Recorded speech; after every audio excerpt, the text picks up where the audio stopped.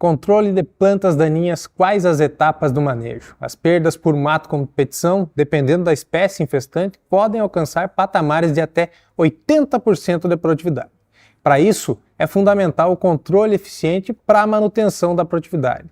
O manejo pode ser dividido em 3 etapas: dessecação, pré-semeadura, controle com herbicidas pré-emergentes e controle com herbicidas pós-emergentes. E hoje vamos falar sobre o manejo de pós-emergência.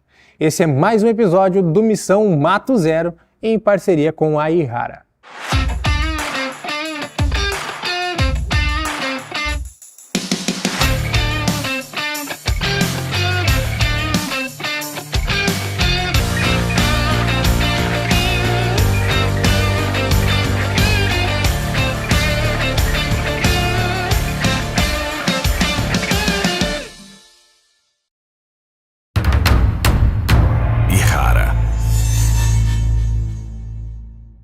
Estamos aqui numa área experimental a fundo, lavoura de soja ao lado aqui, área de cultivo, sojas em diferentes estádios, e o assunto nesse momento é falar de manejo de plantas daninhas na pós-emergência da cultura da soja. Quais são os critérios, quais são as ideias centrais?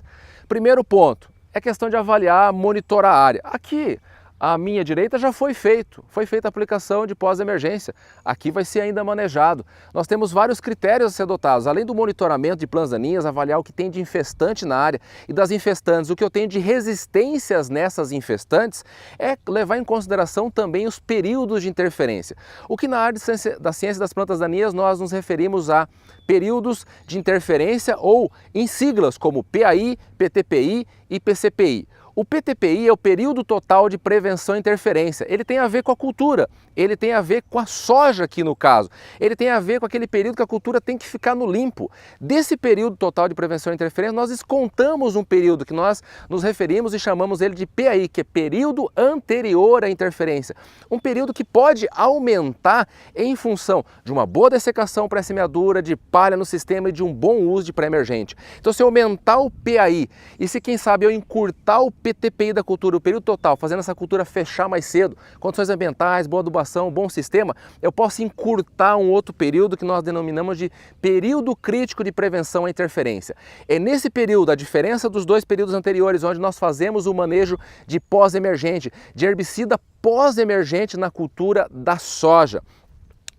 Destaco os pós-emergentes, mas hoje inclusive é uma nova modalidade, não necessariamente de usar apenas um pós-emergente na cultura da soja para o controle das plantas já emergidas, mas quem sabe tentar suplementar, dar mais um residual ali, usar um produto pré-emergente na pós da soja, a exemplo de um clomazone microencapsulado. Mas antes de falar um pouco mais e fechar com herbicidas, gostaria de colocar um outro critério em jogo, que é a questão de estágio. Aqui, nessa soja que está à minha direita, soja já passou do ponto de uso de pós-emergentes, de herbicidas pós-emergentes na cultura da soja, soja no florescimento, soja R1, R2, soja fechando linha, diferente dessa à minha esquerda aqui, uma outra soja. Aqui é importante observar estágio, está no estágio de controle ainda, no momento de PCPI, no momento crítico de prevenção e interferência. É importante olhar qual é o estágio de controle de plantas daninhas, olhando a planta daninha, mas olhar o estágio da cultura, especificamente olhando aqui os nós das folhas desenvolvidas. Começo a contar da folha unifoliolada, 1, 2, 3, 4. V4, contando como diagnóstico da folha expandida, de último nó de folha expandida, o trifólio adjacente superior com folíolos desencostados. Só uma dica, só uma ideia. E falando de herbicidas pós-emergente, além daqueles velhos conhecidos que nós temos como inibidores da cease, alguns inibidores da Protox, o velho glifosato em materiais RR e o bentazol, nós podemos destacar o que? Em materiais em lixo, a questão do uso do 2,4-D e do uso do glufosnat. Essas são dicas centrais, aí fica para vocês, avaliem, ponderem bem, uma boa safra, Deus os abençoe e valeu!